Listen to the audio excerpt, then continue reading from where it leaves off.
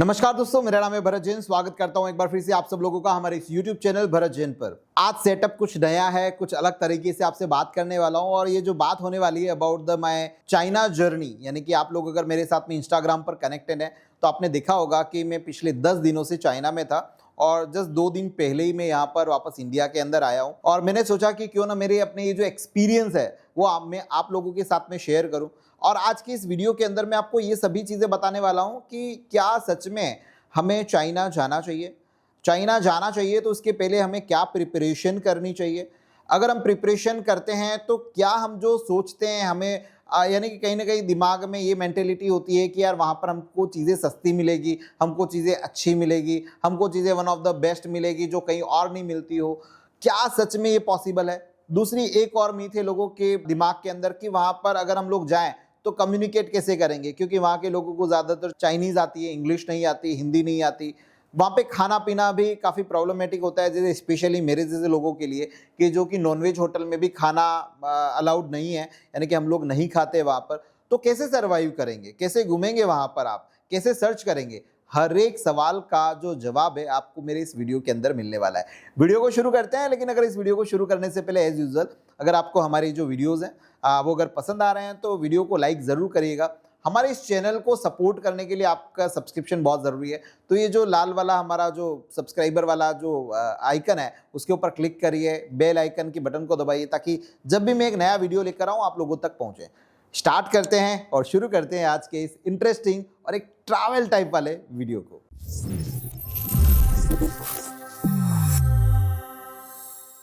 दोस्तों, सबसे पहली चीज़ कि आपको रिसर्च करने की ज़रूरत है। ऐसा नहीं कि आपको किसी ने बोला कि यार चाइना जाना है और आपने वीज़ा करवाया, टिकट बुक किया और आप निकल लिए। नहीं, ये एक तरह का चाइना एक बहुत बड़ा कंट्री है और उस कंट्री के अंदर बहुत सारी सिटीज़ हैं।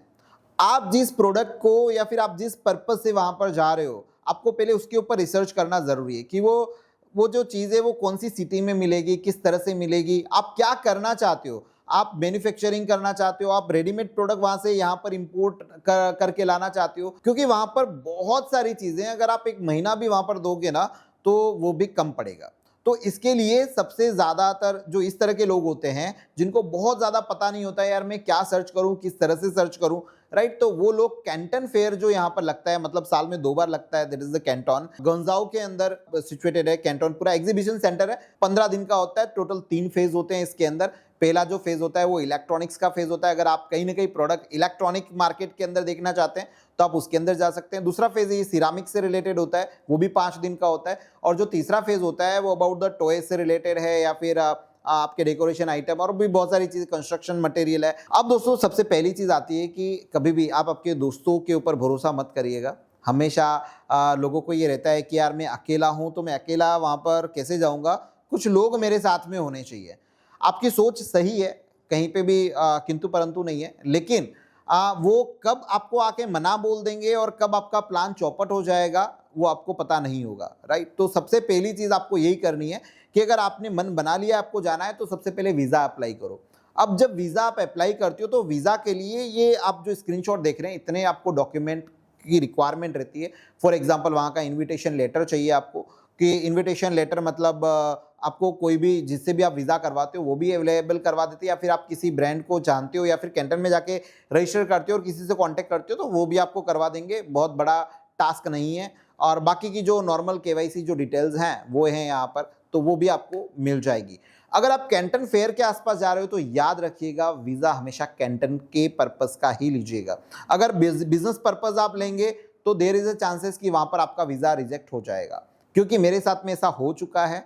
मेरी एक बार वीज़ा रिजेक्ट हुआ था, उस वजह से मेरा पूरा प्लान डिस्ट्रॉय हो गया। मैंने 18 डेज़ का प्लान बनाया था इंक्लूडिंग द इलेक्ट्रॉनिक फेज़ वाला, लेकिन मैं इलेक्ट्रॉनिक फेज़ के अंदर नहीं जा पाया।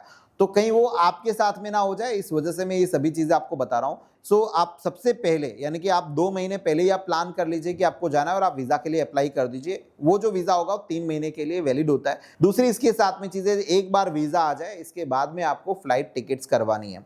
ओके, अब फ्लाइट टिकट आप कैसे करवा सकते हैं? देखिए, चाइना से अभी फ़िलहाल इंडिया में कोई डायरेक्ट फ्लाइट नहीं है, राइट। तो आपको क्या करना पड़ता है, यहाँ से ज़्यादातर मुंबई हो गया, दिल्ली हो गया, आप जहाँ भी बिजी सिटी से बिलोंग करते हैं, तो आप या तो वहाँ वाया हांगकांग, यानी सबसे ज़्यादा फ्लाइट चलती है इंडिया से लेके हांगकांग, फिर हांगकांग से लेके चाइना के अंदर एंटर करते हो, तो एक वो रूट हो सकता है। बाकी भी बहुत सारे रूट है, जैसे कि आप इंडिया से आप बैंकॉक के थ्रू जा रहे हैं, इंडिया से आप वियतनाम के थ्रू जा रहे हैं, इंडिया से आप श्रीलंका के रूट से होते हुए जा रहे हैं, तो वाया फ्लाइट्स होती हैं। इसके अंदर अलग अलग चीज़ें हैं, प्राइस का भी काफ़ी वेरिएशन आता है। जैसे कैथी एयरवेज आप लेते हैं तो वो डायरेक्ट फ्लाइट है, यानी यहाँ से हांगकांग की सीधा 6 घंटे में पहुँचा देगी और आप चाइना के अंदर एंटर कर जाओगे, और क्योंकि हांगकांग से जो चाइना का जो डिस्टेंस है वो सिर्फ 15 मिनट का है, सो वो काफ़ी ईजी है, बहुत ज़्यादा उसके अंदर आपको कुछ करने की ज़रूरत नहीं है। तो आप पहले ये रूट सेलेक्ट कर लो, आपके बजट में कौन सी फ्लाइट आ रही है। अगर 2 महीने 2.5 महीने पहले से अगर प्लान लेके चलेंगे तो आपको काफ़ी सस्ते में चाइना आपका रिटर्न टिकट बन जाएगा, करीबन 30,000 रुपये के आसपास में आपका रिटर्न बन जाएगा। लेकिन अगर आपने इसमें गलती करी, आपने लेट किया, तो ये जो टिकट है वो आपकी डबल से ट्रिपल तक हो सकती है, क्योंकि मैंने करीबन 90,000 रुपये लगाए ड्यू टू मेरा वीज़ा रिजेक्ट हुआ, मैंने पहले टिकट करवा दी थी, कैंसिल करवाया, एंड टाइम पे वापस करवाया, तो काफ़ी सारे पैसे लग गए। लेकिन अगर आप पहले से ही प्री प्लान रहते हो तो आपको ये पैसे नहीं लगने वाले हैं। अब अगर आप हांगकांग के थ्रू जा रहे हैं, अगर हांगकांग के थ्रू जा रहे हैं दोस्तों, तो हांगकांग के अंदर आपको 24 घंटे पहले, मतलब एक ऑनलाइन प्रोसेस है जहां पर जाकर आपको एक इंटीमेशन देना पड़ता है कि आप वहां पर आना चाह रहे हैं। इसका कोई चार्जेस ऑनलाइन अगर आपको नहीं लगने वाला है तो वो लेटर आपको पहले निकलवा लेना है, और इसके बाद में आपको हांगकांग के अंदर एंट्री मिलेगी, फिर हांगकांग से आप चाइना के अंदर चले जाएंगे। ये आपका वीज़ा जो एजेंट है, अगर वो एक्सपीरियंस वाला ही पकड़ना जो रेगुलर चाइना वीज़ा के लिए काम करता हो। अब चाइना के अंदर सबसे पहली चीज़ आती है कि रहने का, तो रहने के लिए दोस्तों वहाँ पर काफ़ी सारी होटल्स आपको मिल जाएगी। चाइना काफ़ी सस्ता है, बहुत महंगा नहीं है रहने के मामले में। तो रहने के लिए आप वहाँ पर क्या कर सकते हो, कोई भी होटल, यानी कि 1500-2000 रुपये के अंदर आप पहले से ही प्री बुक कर लेते हो, तो 2 से 2,500 रुपये के आसपास, मतलब 1500 से 2,500 रुपये के अंदर आपको एक अच्छी होटल रहने के लिए मिल जाएगी वहाँ पर। हाँ, हो सकता है कि आप फॉर एग्जांपल कैंटन की बात करते हैं, अगर आप कैंटन जा रहे हो, आसपास में जो फेयर है वहाँ से अगर आप पास में रहेंगे तो थोड़ी सी महंगी होगी, अगर आप थोड़ा दूर निकल जाएंगे तो वहाँ पर आपको होटल सस्ती मिल जाएगी। मैंने वहाँ पर होटल बुक करी थी, दैट इज इन फोशान और गोंजाओ, मतलब जहाँ पर वो कैंटन फेयर था वहाँ से 1 घंटे का डिफरेंस था, मेट्रो के थ्रू हम लोग पहुँचते थे 1 घंटे, लेकिन हमने काफ़ी सारा पैसा बचाया, क्योंकि उस टाइम पर गोंजाओ के अंदर होटल काफ़ी महंगे थे, जो करीबन 10,000-12,000 रुपये पर डे तक पहुँच चुके थे, क्योंकि हमने एंड टाइम पर डिसीजन लिया था। यही डिसीजन अगर आप पहले से लेके चलते हैं तो आपको 3-4 हज़ार रुपये के अंदर गोंजाओ में, और फोशान जैसी सिटी के अंदर आपको आराम से 1500 से 2,000 रुपये के अंदर पर डे के अंदर आपको होटल्स मिल जाएंगे। अब आ गए आप वहाँ पर होटल में आ गए, होटल बुकिंग आपकी हो गई। अब ज़रूरत पड़ती है दोस्तों वहाँ पर आपके खाने का क्या। तो दोस्तों जो लोग अगर नॉनवेज प्रीफर करते हैं उनके लिए तो ज़्यादा कुछ प्रॉब्लम है नहीं, क्योंकि वहाँ पर हर होटल में आपको नॉनवेज को खाने के लिए मिल जाता है। लेकिन अगर आप सिर्फ वेज प्रीफर करते हो तो दोस्तों वहाँ पर बहुत बड़ी प्रॉब्लम है, आपको वेज होटल नहीं मिलेगी। तो बहुत सारे रेडी मिक्स जो प्रोडक्ट हैं वो आज की तारीख में मार्केट के अंदर अवेलेबल है। मैं पूरे 10 दिन का अपना चाहे आप ब्रेकफास्ट बोलो, लंच बोलो, डिनर बोलो, हर चीज़ मैं यहाँ से लेके गया था। गुजरात के अंदर थेपला इज़ वेरी पॉपुलर, तो हमने हमारे बैग के अंदर ही रख लेता था और मैं पूरा दिन घूमता रहता था। भूख लगती थी, अपने कहीं पे भी साइड में टेबल पे के ऊपर बैठ गए। लोग काफ़ी कोऑपरेटिव है, आपको सपोर्ट करते हैं। आप बोलोगे यार मैं यहाँ पे बैठ के खाना खा लूँ, तो वो आपको मना नहीं बोलेगा। ऊपर से वो आपको और भी 2-4 चीज़ें पूछेगा, बोलेगी सर आपको पानी वानी कुछ चाहिए, तो वो भी आपको वहाँ पर अवेलेबल करवा देते हैं। मतलब इस तरह का वहाँ का माहौल है, सो काफ़ी मुझे बढ़िया लगा। अब ट्रैवल कैसे करें दोस्तों, वहाँ पर टैक्सी आपको काफ़ी महंगी पड़ेगी। दूसरा है metro, metro is the one of the best. तो हमेशा जहाँ पर भी आप होटल का सिलेक्शन रखो तो सोचो कि भाई मेट्रो स्टेशन उसके नज़दीक में हो। तो आपके लिए क्या होगा कि आप टैक्सी नहीं करोगे, आप डायरेक्टली मेट्रो यूज़ कर सकते हैं। मेट्रो का नेटवर्क इतना बड़ा है, ह्यूज है चाइना के अंदर, कि आज यहाँ की 10 माले या 12 माले की जो बिल्डिंग है ना, उतना का उतना उन्होंने अंदर खोद के रखा है। मतलब पूरा अंडरग्राउंड उनका मेट्रो का नेटवर्क चलता है, जिसके अंदर बहुत अलग अलग तरह की लाइन है। आप सबसे पहले क्या करो कि वहाँ पर आपको मैप मिल जाता है मेट्रो का, या फिर आप ऑनलाइन डाउनलोड कर लो, तो कौन सी लाइन कहाँ पर कहाँ जा रही है वो आपको पता चल जाएगा। वो क्लियरली वहाँ पर एक तो चाइनीज़ लैंग्वेज भी लिखा हुआ है, उसके साथ साथ में आपको इंग्लिश लैंग्वेज में भी लिखा हुआ है। तो दोनों चीज़ें हैं। फॉर एग्जाम्पल कि मैं फोशान में रुका था, तो फोशान से हम लोगों को एक लाइन चेंज करनी पड़ती थी, तो वहाँ पर जहाँ पर मिक्स हो रही है वहाँ पे आपको जंक्शंस देखने के लिए मिल जाएंगे। हाँ भाई ये जंक्शन है और यहाँ से आपको कौन सी लाइन लेनी है। दूसरी चीज़, अगर दोस्तों यहाँ पर किसी से बात करने की ज़रूरत पड़ भी जाती है तो वहाँ पर इंग्लिश थोड़ी कम चलती है, बहुत रेयरली लोग मिलेंगे जो आपसे इंग्लिश में कम्युनिकेट कर पाएंगे, तो आप वहाँ पर साइन लैंग्वेज यूज़ कर सकते हैं, जैसे कि मैंने वहाँ पर करी थी दोस्तों।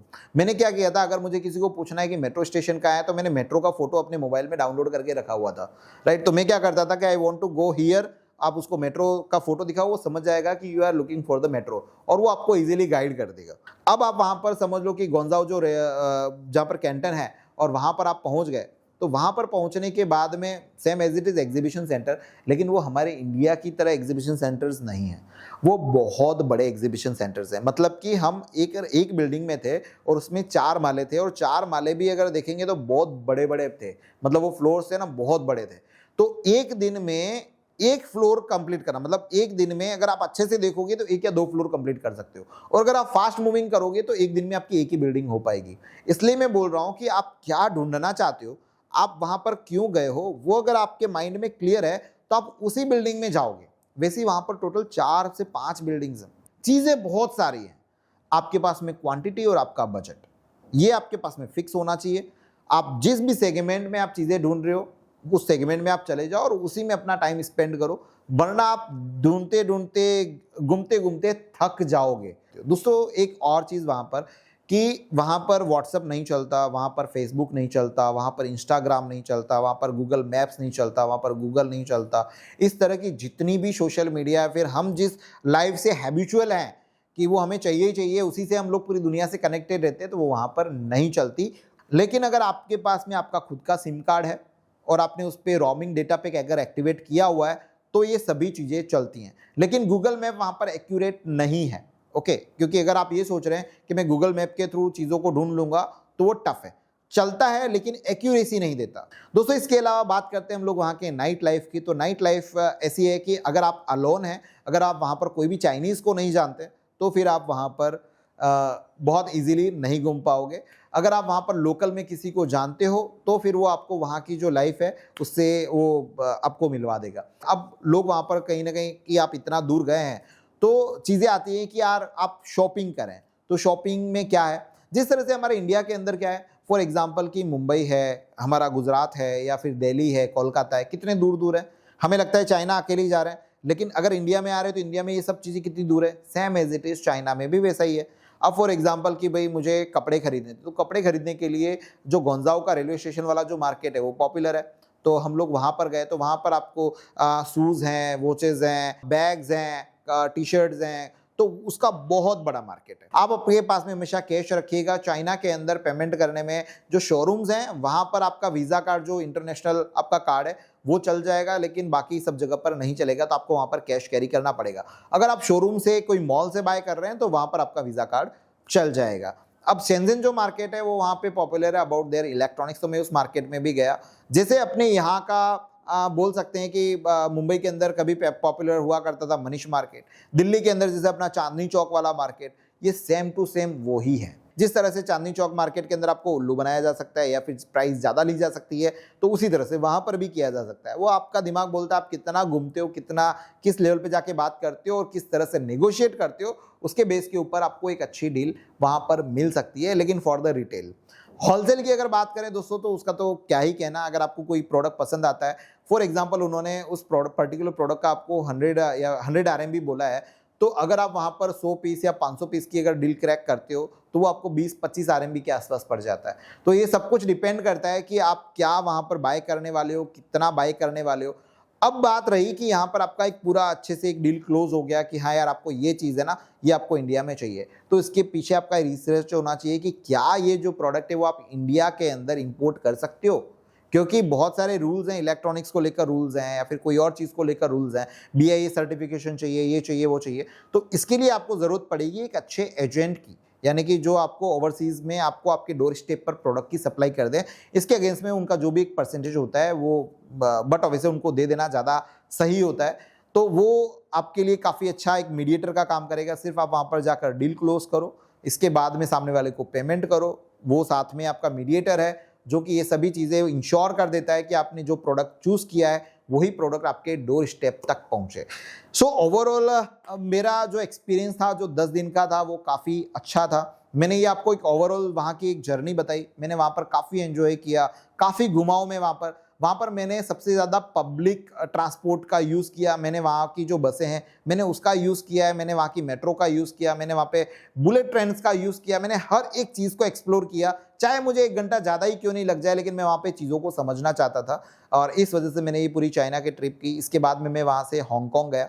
अब हांगकांग के अंदर वो एक अलग ही पूरी की पूरी कंट्री है, जिसको आप बोल सकते हो कि बहुत ही ज़बरदस्त और एक लेवल की, यानी कि पूरे वर्ल्ड में जितनी भी ब्रांड्स हैं जो कि लग्जरी ब्रांड्स हैं वो वहाँ पर थी। वहाँ पर मैं विक्टोरिया जो हार्बर है वहाँ पर गया। हांगकांग चाइना के अगेंस्ट में काफ़ी महंगा है, होटल्स भी काफ़ी महंगी है और एकदम अपोजिट मेरे को जैसा लगा, लेकिन लोग काफ़ी अच्छे हैं, लोग काफ़ी कोऑपरेटिव हैं। अगर आप इस तरह से कुछ भी प्लान करना चाहते हो तो आप जा सकते हो। मुझे लगता है मेरी जो ट्रिप थी वो काफ़ी बढ़िया थी, काफ़ी मैंने एन्जॉय किया वहाँ पर। मेरा जो पर्पस था वहाँ पे जाने का that's about the, but obviously कि आपने देखा होगा कि वीडियोस को लेकर, तो मैंने डीनेक के लिए वहाँ पर वीडियोस बनाए, उनकी फैक्ट्री टूर किया है, मैंने वहाँ पर उनका हेडक्वार्टर देखा है, that is the next level. और बहुत ही जल्दी आपको हमारे यूट्यूब चैनल के ऊपर वो वीडियोस आपको देखने के लिए मिलेंगे कि मैंने वहाँ पर जाकर किस तरह से लोगों से कम्युनिकेट किया, वहाँ पर किस तरह से मैंने चीज़ों को रिकॉर्ड किया। इस एक्चुअली 我不知道。 અને મારે તો બતાવવું જ પડે ને, કંઈ ને કંઈ હોય તો પછી તમે તો આમ કહી દો છો તો પછી મારે કેવી રીતે બતાવવાનું બધું ઓડિયોમાં? તો આ બધા રેકોર્ડ કરે છે તો પછી નહીં બતાવવું પડે, યુ નો? હું છે હું? What is this? નો, આને કંઈ ખબર જ નહીં પડતી યાર, હું તો થાકી ગયો. So people should know how much This is our cameraman, Dylan. just like this, some funny activities, we are laughing, we are something discussing, Yeah, 对 everything. 对对对 对 对。 Hello, I'm Hello, Sophia. I come from China, Fujian.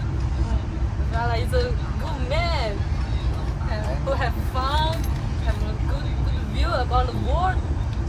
You should follow him. Thank you. दोस्तों अभी मैं हूँ यहाँ पर एक massage में, और यानी कि चेयर की मसाज ले रहा हूँ, और जो चाइनीज़ है वो हिंदी कैसे बोलते हैं, let's see the demo. So ये hi, Namaste. So what to do with this, मतलब This हम लोग one, क्या, full body massage, बहुत अच्छा है. बहुत अच्छा है. Yeah. तो क्या करें अभी इसका? What do you This mean? one, I give you the after discount 15,000. 15,000 No. ना, But you don't want to buy. Don't want to buy ah? Why? हमको नहीं खरीदना. You ले लो. Why don't No, want to you buy? ले लो. You ले लो. No. हम नहीं लेगा.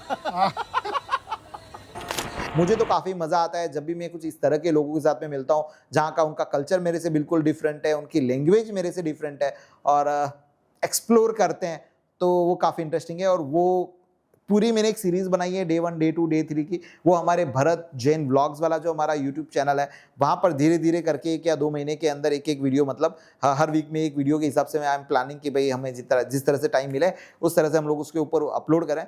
तो अगर वो चैनल अगर आपने हमारा नहीं देखा हो तो जाकर ज़रूर देखिएगा. इसके अलावा भी दोस्तों चाइना को लेकर मेरे काफ़ी सारे प्लानिंग है जो आगे आने वाले समय में आपको पता चलेंगे. सो मुझे ऐसा लगता है कि अभी आपके दिमाग में ओवरऑल चीज़ें क्लियर की होगी कि सबसे पहली चीज़ कि visa is very important. Visa reject होने के चांसेस वहाँ पर हैं, तो वीज़ा के बाद में आपकी टिकट्स, फिर वहाँ पे रहना, और फिर वहाँ पे खाना, और लोकल में घूमना है आपको, मेट्रो का यूज़ करो, बहुत मज़ा आएगा. कुछ नया चैलेंजिंग आपको वहाँ पर देखने के लिए मिलेगा. मैंने काफ़ी एंजॉय किया, और आप भी वहाँ पर अगर ऐसा कुछ प्लान करते हैं, जाते हैं, तो आप एंजॉय करेंगे. आई होप कि आज की इस वीडियो के अंदर आप लोगों को क्लियर हुआ होगा कि चाइना में आप किस तरह से जा सकते हैं, किस तरह से वहाँ पे रह सकते हैं, किस तरह से एक्सप्लोर कर सकते हैं. अगर इसे और ज़्यादा डिटेल में आप कुछ जानना चाहते हैं तो कमेंट सेक्शन में ज़रूर बताइएगा. मिलते हैं किसी नए वीडियो में कुछ नई इन्फॉर्मेशन के साथ में. तब तक आप सब लोगों का तहे दिल से बहुत बहुत धन्यवाद. जय हिंद.